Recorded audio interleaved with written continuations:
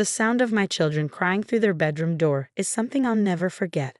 I stood frozen in the hallway, my hand hovering over the doorknob, still processing what my 8-year-old son, Jack, had just texted me from his iPad. Aunt Melissa locked us in.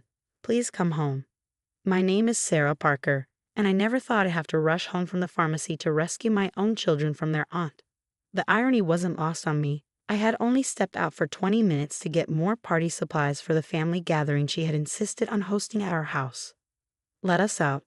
Emma, my 6-year-old daughter, was sobbing. We'll be good, we promise. I tried the handle, but Melissa had done more than just lock it. She'd wedged a chair under the doorknob. Through the door, I could hear the party continuing downstairs, laughter and music drifting up as if nothing was wrong, as if my sister-in-law hadn't just imprisoned my children in their own home.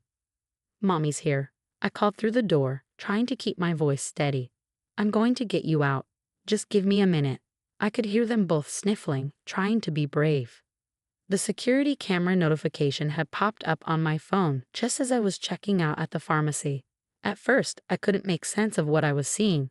Melissa dragging my children up the stairs, her face twisted with anger, while my husband Tom's relatives continued their conversations in the living room below, pretending not to notice. Your bratty kids ruin every party, she hissed, shoving them into their room. Always wanting attention, always making noise. Well, now you can stay here until you learn to behave. I had installed those cameras after noticing bruises on Emma's arms 3 months ago. She'd said she fell at school, but something in her voice made me suspicious. Tom had called me paranoid when I suggested his sister might have something to do with it. Melissa loves the kids, he'd insisted. She's just strict sometimes. Strict. Right. I ran to our bedroom and grabbed the spare key from my dresser drawer, my hands shaking with a mixture of fear and fury. As I worked to remove the chair and unlock the door, I could hear Melissa's voice carrying up the stairs. Oh, the kids, they're just taking a nap. You know how cranky they get at these gatherings. The door finally swung open. Jack and Emma burst out, throwing themselves into my arms, their faces streaked with tears. She said we were bad. Emma hiccuped. She said we didn't deserve to be at the party. We weren't even doing anything wrong, Jack added, his voice trembling. We were just playing with our cousins in a corner like you told us to. I held them close, breathing in their familiar scents, trying to calm my racing heart. You did nothing wrong, I assured them. Nothing at all. Over their heads, I could see my phone continuing to record through the hallway camera. Every moment, every word captured in high definition. The sound of footsteps on the stairs made us all tense. Sarah? Melissa's voice called out, fake sweetness dripping from every syllable. When did you get back? I was just coming to check on the children. I turned to face her as she reached the top of the stairs, her perfect hostess smile faltering slightly when she saw the open door and my protective stance in front of my kids. Funny, I said, my voice ice cold. I thought they were taking a nap. She recovered quickly, smoothing her designer dress. Oh, they were so overexcited. I thought they needed some quiet time. You know how children can be at these events. Yes, I replied. I do know how children can be. I also know how security cameras work. The color drained from her face. Security cameras? I pulled out my phone, turning it so she could see the footage still playing. Her dragging my children upstairs, her cruel words, the chair against the door. I don't understand why you're making such a big deal out of this, she said, but I could hear the tremor in her voice. I was just trying to maintain order at the party.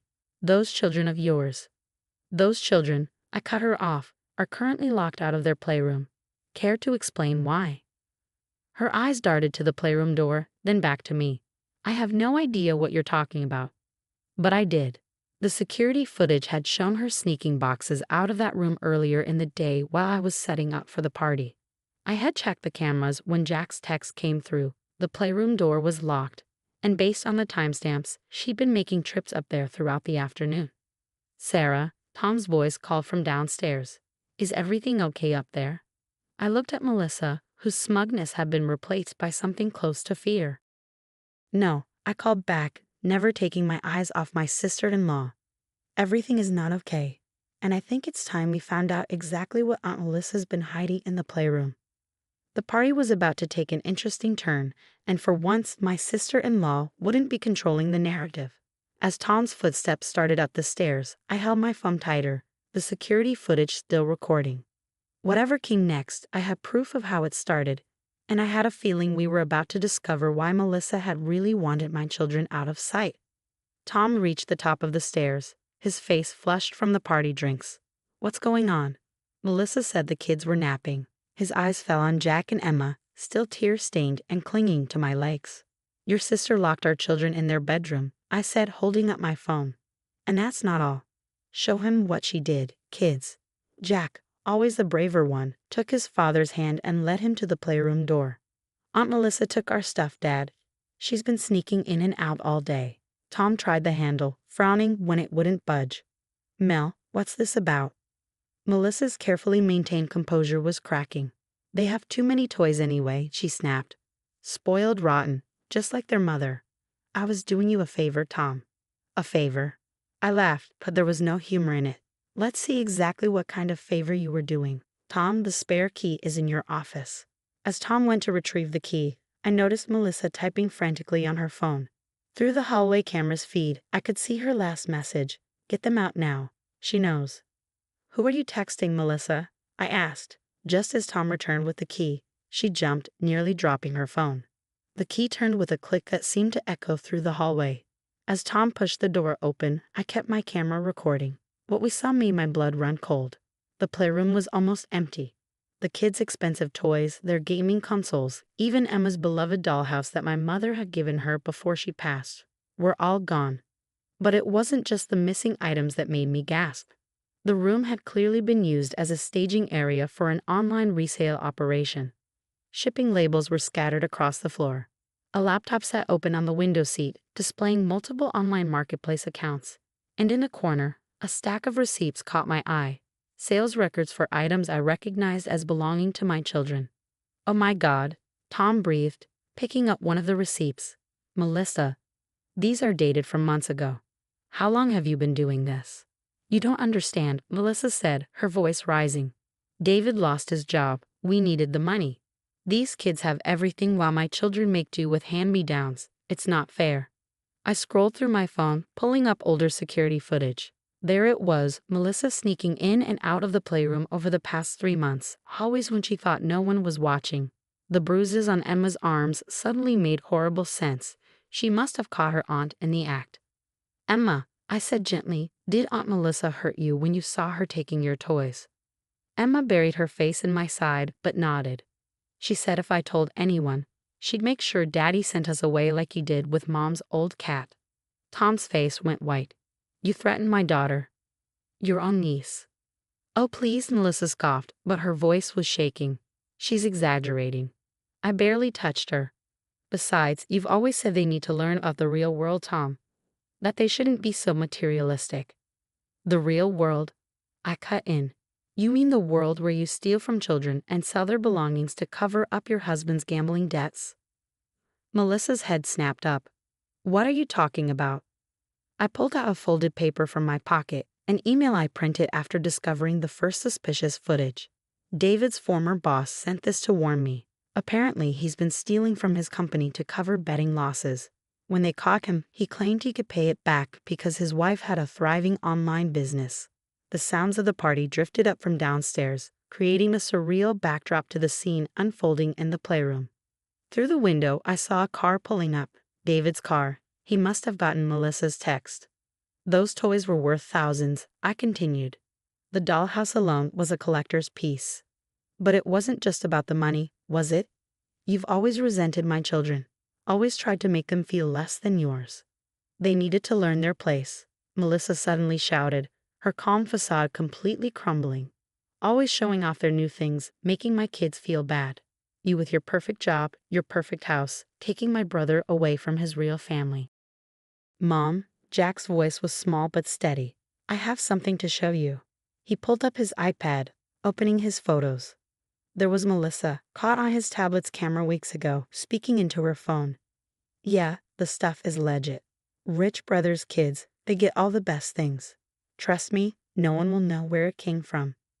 Melissa lunged for the iPad, but Tom caught her arm. Don't you dare touch him, he growled. Don't you ever touch my children again. Heavy footsteps pounded up the stairs. David burst in, out of breath. Mel, we need to go. Now, the buyers are asking questions about the merchandise. The buyers? Tom asked, his grip tightening on Melissa's arm. You mean the people you've been selling my children's stolen belongings to? David's face went from red to white as he took in the scene. The empty playroom, the shipping labels, his wife caught quite literally red-handed. I heard more footsteps on the stairs, party guests drawn by the commotion. Perfect timing. I've already called the police, I said calmly, watching Melissa and David's faces drain of color. They're very interested in this little operation you've been running, especially since some of those buyers reported receiving fake branded items. That's fraud, isn't it? You wouldn't, Melissa whispered. We're family. Family? I held up my phone, showing the footage of her locking my crying children in their room. Family doesn't do this. Family doesn't steal, threaten, and abuse children. But you're right about one thing. They do have too many things. So let's see what the police have to say about where all those things went. The sound of sirens in the distance made David stumble backward. Melissa's composure finally shattered completely as she sank to the floor, mascara running down her face. Tom turned to the growing crowd of relatives in the doorway. Party's over, he said firmly. I think we all need to have a family meeting about what's been happening under our noses. I pulled my children close, watching as their aunt and uncle realized their perfect scheme was falling apart. The security cameras were still recording, capturing every moment of their downfall. Sometimes the best revenge isn't about getting even. It's about bringing the truth to light. The next few weeks felt like a whirlwind. After Melissa and David's arrest at our family party, the truth came tumbling out like dominoes falling. The police investigation revealed that their scheme was larger than anyone had imagined. They hadn't just been stealing from my children, but from other families as well. We've tracked over $50,000 in fraudulent sales. Detective Morris told me during our follow-up meeting. Your security footage gave us the evidence we needed to uncover the whole operation. Sitting in our newly restocked playroom, I watched Emma arrange her replacement dollhouse, courtesy of the insurance claim, and thought about how different things might have been if I hadn't trusted my instincts about those cameras. Tom had been unusually quiet since that day, struggling to process the betrayal of his sister, whom he had always defended. One evening, after putting the kids to bed, he finally broke down. I should have listened to you, he said, his voice rough with emotion. All those times you tried to tell me something was wrong with how Melissa treated the kids. I couldn't see it. I reached for his hand. You saw what you wanted to see. She was your sister. Was? He repeated bitterly. I don't even know who she is anymore. The family had fractured along predictable lines. Some relatives, like Tom's parents, were in denial, insisting that Melissa must have had her reasons. Others, particularly those whose children had also mysteriously lost expensive toys over the past year, were furious. Jack and Emma were healing in their own ways. The therapist we started seeing helped them process their aunt's betrayal. Emma's bruises had faded, but the emotional scars would take more time. Why did Aunt Melissa hate us so much? Jack asked one night during dinner. Was it because we had nice things? No, sweetheart, I explained carefully. Aunt Melissa made bad choices because of her own problems. None of this was your fault. The preliminary hearing was scheduled for next month, but we had already decided that the kids wouldn't attend. They had given their statements to a child advocate, and their iPad recordings, along with my security footage, provided more than enough evidence without them needing to face Melissa again. Tom's parents tried to intervene, showing up at our house unannounced one Sunday afternoon. You have to drop the charges, his mother pleaded. She's getting help now. David's in rehab for his gambling. They've learned their lesson. Like Emma learned her lesson when Melissa twisted her arm?